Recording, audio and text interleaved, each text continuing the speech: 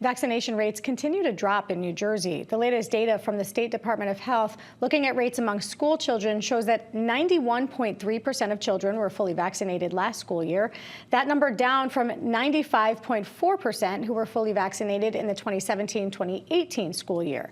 That's because the number of parents claiming religious exemptions has more than doubled across the same time period. So what's happening to change the rates and what will be the impact? Here to talk about it is Perry Halkitis, Dean of the School of Public Health at Rutgers University. Perry, great to have you in the studio with us. First, why are we seeing this shift in rates plummeting and more parents claiming religious exemptions?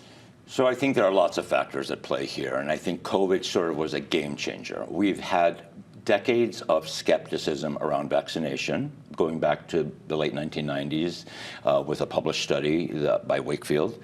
But COVID made people hesitant. COVID made people scared.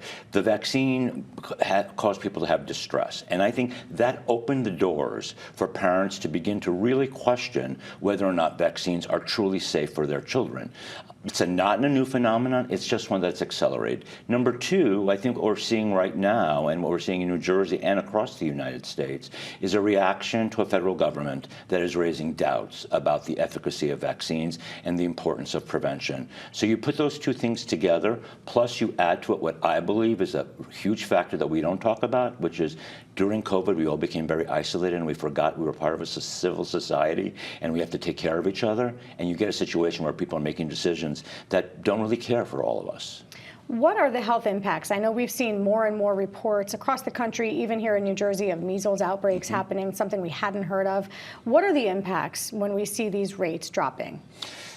For measles to be controlled in the United States, we need to be at 95%, right? That's where we were. That's no longer where we are. What's going to end up happening is we're going to continue to see the spread of the disease. We're going to see death related to measles because people can die from measles complications because of the effect on the brain. And we're going to see sporadic outbreaks here and there across the country. And it's not going to stay isolated because we have to remember that in the United States we travel. And so we're going to have a generation of children who are going to grow up being exposed to a disease that they should not be exposed to, and placing other children who are vaccinated, who have some protection or a lot of protection, but not 100% protection, at risk for obtaining this disease. Beyond measles, what other diseases are you concerned about could make a reappearance? I think all of them can make a reappearance. When we talk about, like, polio, for example, which we have managed and we know has, made people's lives miserable throughout the early 1900s, is one that we should be worrying about. Measles is the biggest one. When you start to have one infectious disease happening, you have many infectious diseases happening. And so my concern is that we're creating a generation of children who are going to be susceptible to infectious disease, including COVID, including flu, because their parents are making decisions for them that perhaps are not in these children's best interest. We've seen, you mentioned the federal government, we've seen shifts in recommendations from the CDC under the guidance of Robert Kennedy Jr. They have shifted away from the recommended dosage or the recommended number of vaccines. What can you tell us about what they've downsized, and then we're going to get into how the state's responding? Yeah, so they've downsized the number of vaccinations that they're recommending for children. It's not based on anything particularly scientific, right? I think actually when that first happened, I thought, well, this is just a check mark so that it can please a certain part of the population. And so there are still the majority of the vaccinations are still there. There's just a smaller number of them.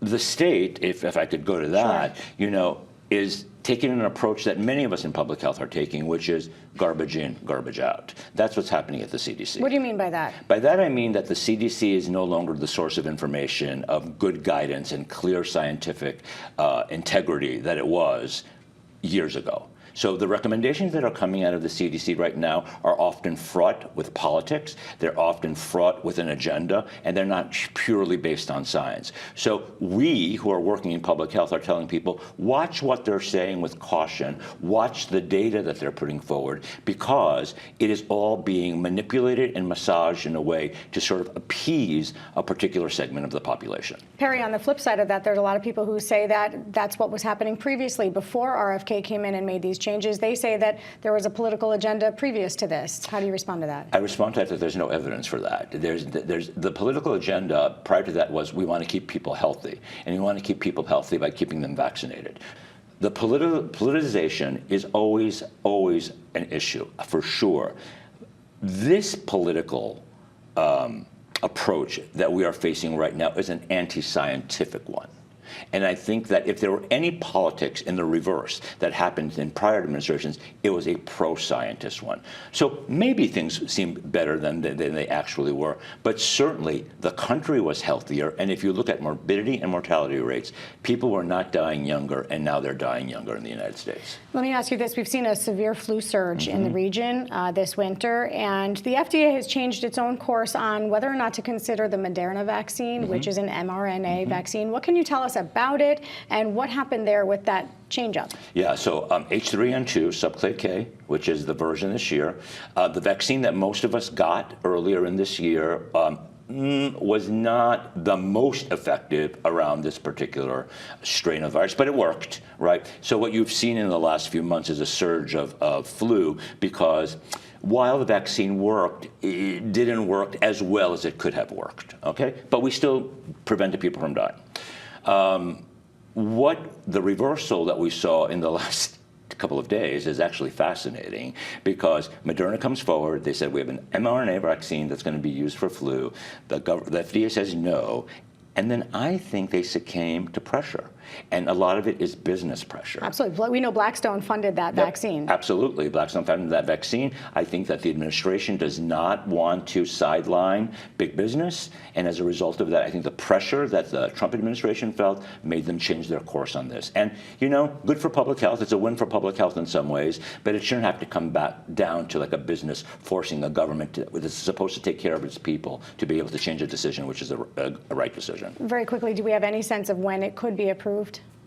You know, I mean, I think that they've asked for some more testing. They've asked for a separation of people 65 and over versus younger than 65. So I think at some point this year we will see an approval of the vaccine. The mRNA vaccine holds potential not just for flu, but for something that we've been fighting for over 40 years, which is HIV. Yeah, we can open a can of worms with that one. But Perry Halkitis, Dean of the School of Public Health at Rutgers University, thank you so much. My pleasure. And that's going to do it for us tonight.